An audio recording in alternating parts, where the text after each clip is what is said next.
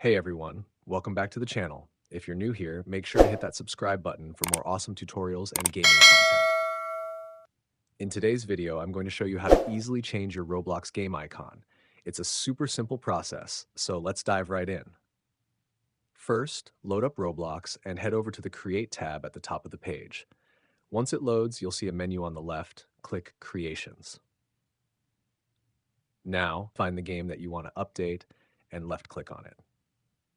Next, head over to Places on the left, select your game again, and it'll open up. All right, now we're almost there. On the left side menu, click Icon. This is where you'll update your game's icon. Make sure your image is in a square format as that's required for Roblox. Click Change, select the new icon from your files, and hit Save Changes. And there you have it, your game's new icon is live.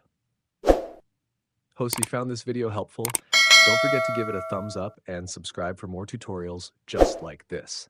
Thanks for watching, and I'll see you in the next video.